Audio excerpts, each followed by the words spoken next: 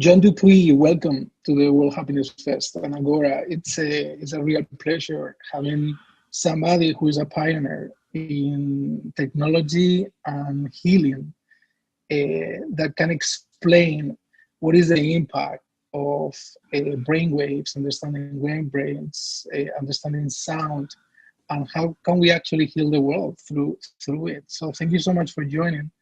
Why are you in the space, by the way? Can we start with that? Yeah, why am I in the space? Well, I've been around for a few years, so it could be a mini series, story after story, misadventure after misadventure. But I had always been very spiritually hungry, if you will. And I had my first experience, mystical, spiritual experience. I think I was either 11 or 12 years old. And, you know, just the universe was filled with God, and God was love, and it was everywhere. And I didn't know what to do with that. And I grew up Catholic, and I never dawned on me I should go ask a priest, like, what the heck was happening. But anyway, so had those experiences of God or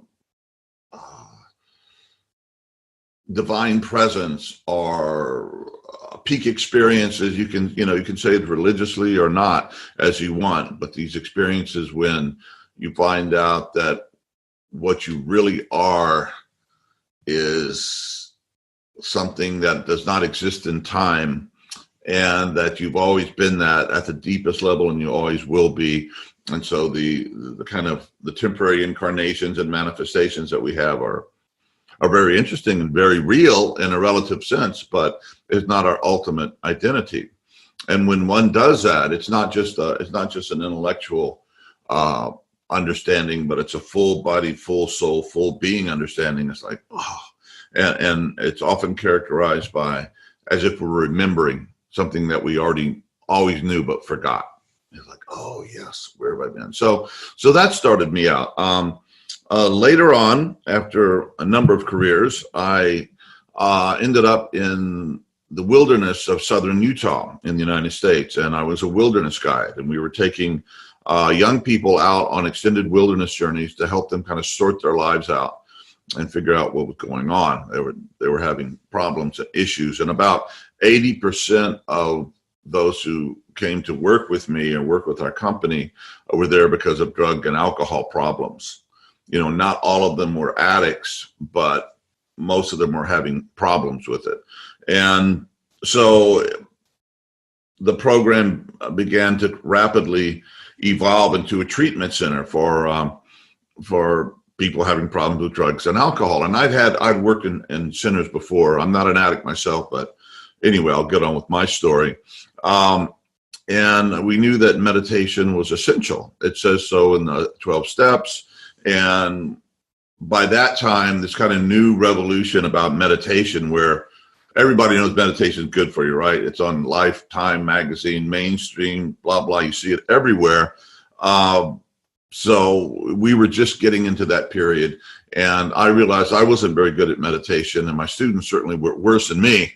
And so what we were going to do about this. And this was when I found this technology, brain entrainment technology, and there were a number of companies doing that at the time. So I ordered some tracks, and I began meditating, and I had a lot of experience attempting to meditate anyway. And immediately within the first 2 or 3 days, I had this huge spiritual, another opening, non-dual, bam. It's like, oh my God, it's like, am I enlightened after 3 days? And I don't know if it was enlightening. It was an enlightening experience, but with many spiritual experiences, they're states that come and then they go. They hang around for a while, and the lights are on, then the lights go off again, and you're left with the memory and like, wow, what was that? So that's one of the challenges when we're doing spiritual work, is to how to differentiate between just really groovy experiences and not become addicted to having groovy experiences, but looking for something deeper happiness and deeper joy and deeper fulfillment, that these moments of enlightenment can be very useful and helpful, but not to get too hung up on them or begin to chase them as the goal of our spiritual practice. Okay. So I had this experience, and I said, man, this is amazing. Maybe this could help my students who are trying to learn how to meditate with this technology. And so I had this big experience. And prior to that, I'd been suffering from clinical depression, deep depression for many years. And my brother had committed suicide, and I was right on the edge of that kind of, I wanted to kill myself a lot. And for those of us who have been through depression, you know, at that level of suffering, death is no longer something to be feared. Death is seen as a release from being, a release from suffering. You know, if you've never been there, it's like, oh my God, why would I want to kill myself? Well, for those of us who've explored that, a lot of addicts, by the way, know that depth of suffering also. And I think that's why my students would listen to me, because when I told them my story, they understood that I had suffered in very similar ways that they had. So I started using this and testing it on myself. And then I went through about 9 months of releasing somatically from my body the trauma that had been keeping me on the edge of suicidality for years. And that's when I became very interested in this technology, and I began to use it with my students. I never had an idea that I would start my own company or ever make money from this. I was just wanting to let people know. So the people that own these companies, they loved me because I was giving this all free marketing, and I wasn't selling that. Just get this, right? And some years later, I met a gentleman, Eric Thompson, who was making this technology, and he said, I think I'm doing it better than it's being done right now, that we're advancing the technology.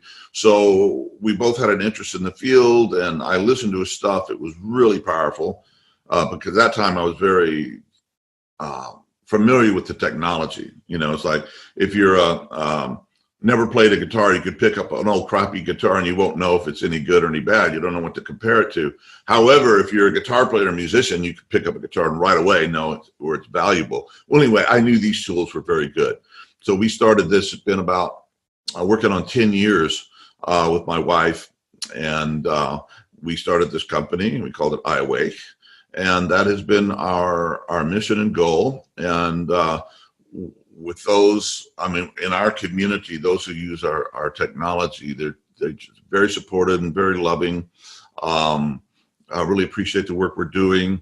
It's not addictive in the sense of heroin or alcohol or any other kind of behavioral addiction where like you're craving it. But after a while, you understand that the daily practice of using this and immersing yourself into the depths of your own being that this technology allows you to do just immediately is so beneficial.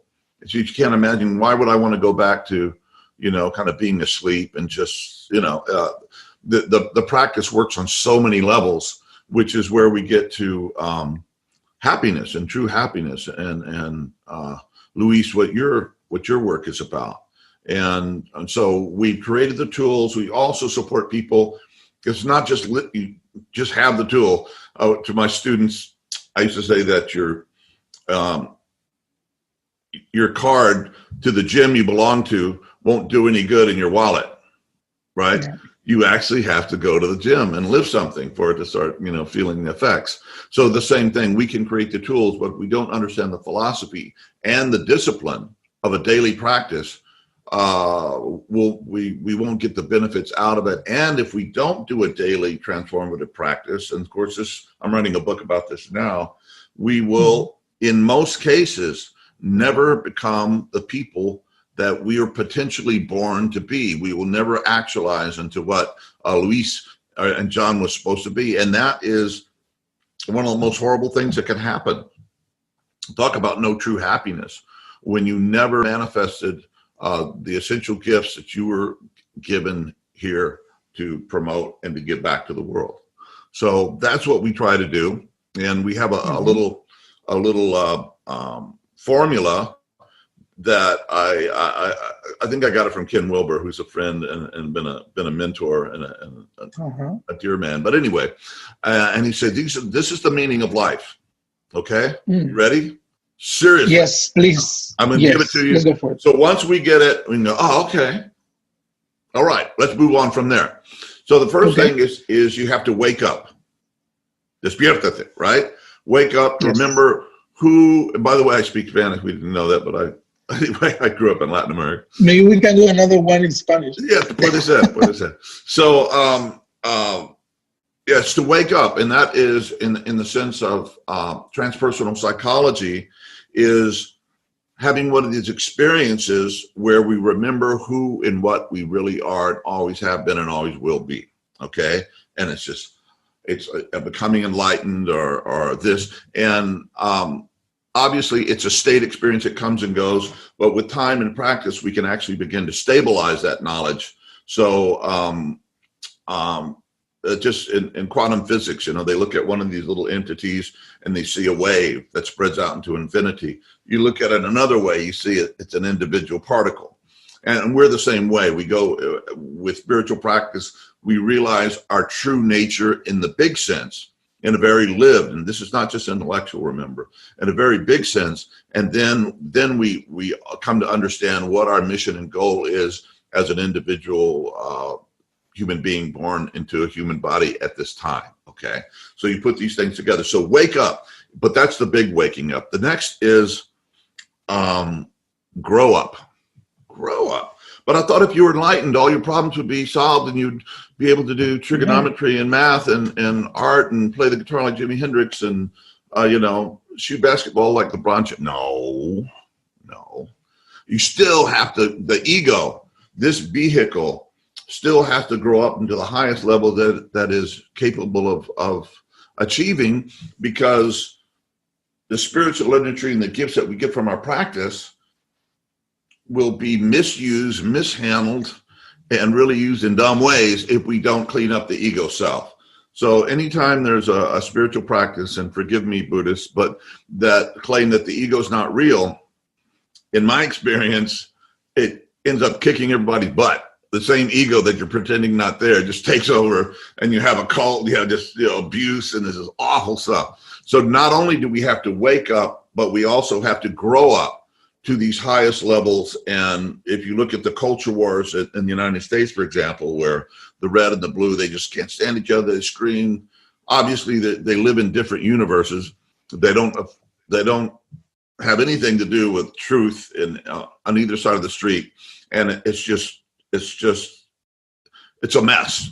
So what has to happen is a number of us, and this is beginning to happen, let's get to these higher levels of our personal development, because at those higher levels of development, we begin to understand that everybody has a perspective. Some perspectives are more or better than others, but we begin to put it all together, and we can begin to listen and talk to people at whatever level they're at in ways that are compassionate and wise. And from those levels, I think it was Einstein said that you can't solve a problem on the level it was created.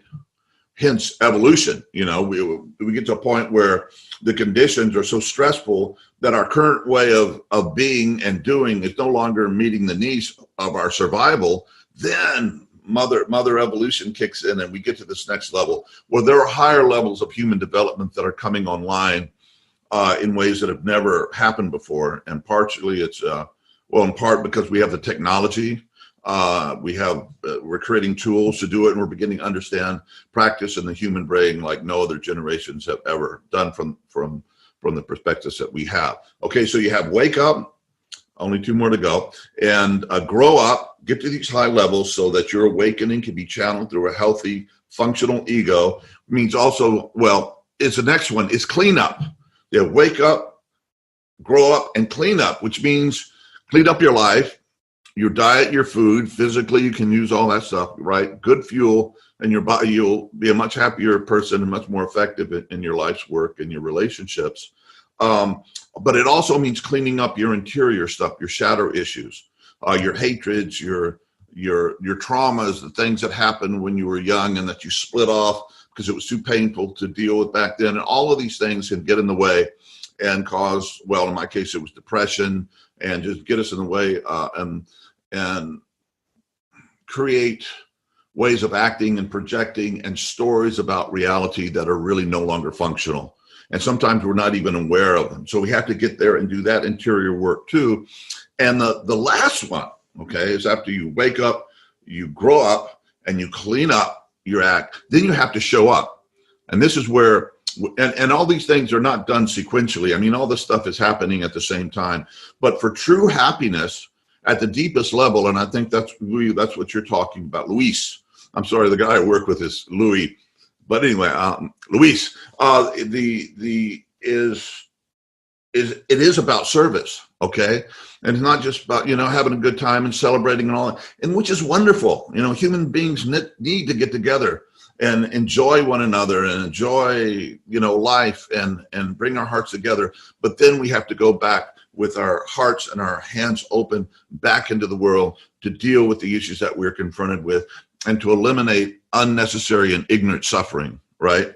Suffering we're not going to get away from suffering, but we don't want ignorant suffering. We want noble suffering, and we want to address it in a way that is dignified and that comes from a place of compassion and wisdom and understanding. So wake up, get to the highest level you can as an individual, clean up your act internally, externally, and show up and give your gift back to the world. And when you're coming from that place, when you have those 4 things pretty much established and part of an ongoing process, because it is a journey, I think we will have new understandings and experiences of what soul-centric, deep, non-dual human purpose and happiness are all about.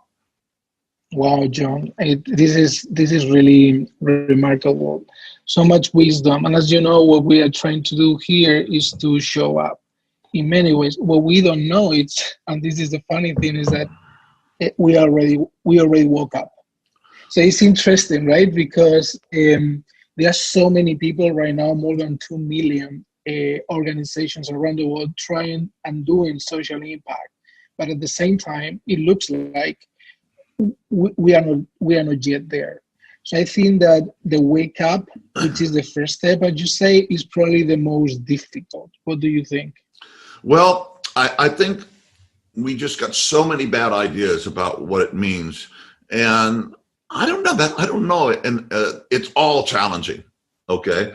But it's all worth doing. But when you wake up, Jesus said, he said in Gospel of John, he said, except a man be born again, he cannot enter the kingdom of heaven, okay? Become as a child and blah. So what happens when you're born? You're this little helpless infant who will die if they're not taken care of for, 10 years at least. I mean, and so when we wake up, it's like being reborn as a new spiritual being with a new understanding, but we're still really children. So we have to work on ourselves. And there's been so many mistakes made by people that had these awakening experiences, and then kind of their egos takes it over. Well, I must be the new Jesus, and everything I say is perfect, and blah, blah, blah, blah. And people buy into that because they want people to tell them what to do, and they want teachers that can make them feel happy for moments, right? And can be very, very problematic, waking up without the cleaning up and showing up and the growing up. So how do we do this? I mean, I think the stages are very clear, and I think that the technology and the science that you are using in order to help people to go through all these stages is very powerful. I always remember one of the trips I did to China, I was 14 hours actually listening to some of your tracks. And I went through most of the waves, and I went through most of the frequencies. But I was testing. I mean, this is what it could. It's, as you say, it's not addiction to something else. It's testing and find the right way for you to find the right balance. But can you explain to us, how does it work? What is this world of sound, waves, and healing? How does it work? Yeah, well, I've been working on this for a long time. Before we started iAwake, and I've written a book, and but the book I'm writing now, I was telling you about, is a lot about this waking up, growing up, cleaning up, showing up. And the idea, the vehicle, the way to establish that and get that going is called integral practice can be called integral life practice, integral practice, integral transformative practice. Call it what you will, right? A rose by any other name is still a rose, right? As the bard said. But so this means you have to commit to a transformational practice on an ongoing, lifetime, daily basis. Okay, and the 4 things that you can work on as an individual. Get beyond that. Sometimes, you have to work with groups and stuff, but as an individual, without excuses, you can work on your body. All right. How are you gonna be happy and have a positive impact on the world if your body's in crappy shape? If you're obese and you eat sugar and all these, bad things, you'll just be miserable, and you'll just be, as John Lennon said, you'll be part of the problem and not part of the solution. So you have to take care of physical exercise and nutrition, stretching, yoga, strength training, cardio, all of that stuff. Second one is you have to fill your mind with good stuff, with wisdom, right? And remember, in the beginning of the computer revolution, it said GIGO, garbage in, garbage out. A lot of us are like that. We get addicted to social media or internet, blah, or whatever it is, and it's really not good for us. It's just addictive. And, and here we are, you spent 2 or 3 hours and you've achieved nothing but mess your mind up and make yourself feel bad. Okay. So we need to listen to, read the great books, listen to the real teachers, talk to people deeply, ask questions and listen to their answers. Okay. So we have to work on our knowledge base, on the mind. All right. This big, amazing human brain, which is the most sophisticated thing that we've ever found in the universe thus far. Okay, it's really something to be honored. The next is emotional health, which I talked about with the Wake Up Grow Up. I'm kind of covering the same ground. So the first thing is take care of your body, take care of your mind, take care of your emotions. Okay, and your shadow stuff, the painful stuff you don't want to look at, but also shadow stuff can be the essential gifts that you were given this time around to manifest in the world. And if you don't do that, there's a part of you that's never going to be fulfilled. You can get cynical and angry, depressed, all kinds of things. I'm not dealing with the dark side of the street, but also with the light side. So you have to bring that work, the emotional work. And last but not least is a spiritual practice where you go into your own interiors and you hang out there long enough so you start to get who and what you really are. And the nice thing about I Awake is that it really helps with almost all of those things. So I actually train my brain when I'm working out physically, when I go to the gym. So I'm working my brain at the same time. Exercise is really good for the brain, so it's kind of doubling up. And you can also use these technology to listen to while you're reading, which I'm sure you've done in your extended trips across the oceans and whatnot. Many times. Yes. And it helps you think creatively. If I have a project I'm working on, I put on my headphones, I have my legal pad, and I just kind of hold the question, is there anything I'm supposed to be seeing or doing with this project? And the ideas start flowing. And do the emotional work. When you're meditating, not only do we get to these deep places, can cultivate with techniques and the technology, these places of deep, enlightened apprehension of who and what we are and the whole universe put together, what that all means, what that sense is. But you also can let go of your old feelings of anger, resentment, failure, I'm too stupid, I'm too this, I'm not good enough, all the stuff that we seem to accumulate from setting. You can feel the feelings, let them express themselves and let them go. They come in, oh, this is, and I've worked out ways of doing that too. But the point is that all of these things are part of a daily practice. And it sounds like a lot, and it probably is, but so what? I mean, anything worth doing is worth doing well, or worth doing bad for that matter. You have to start off and not being an expert. And then there's a spiritual practice.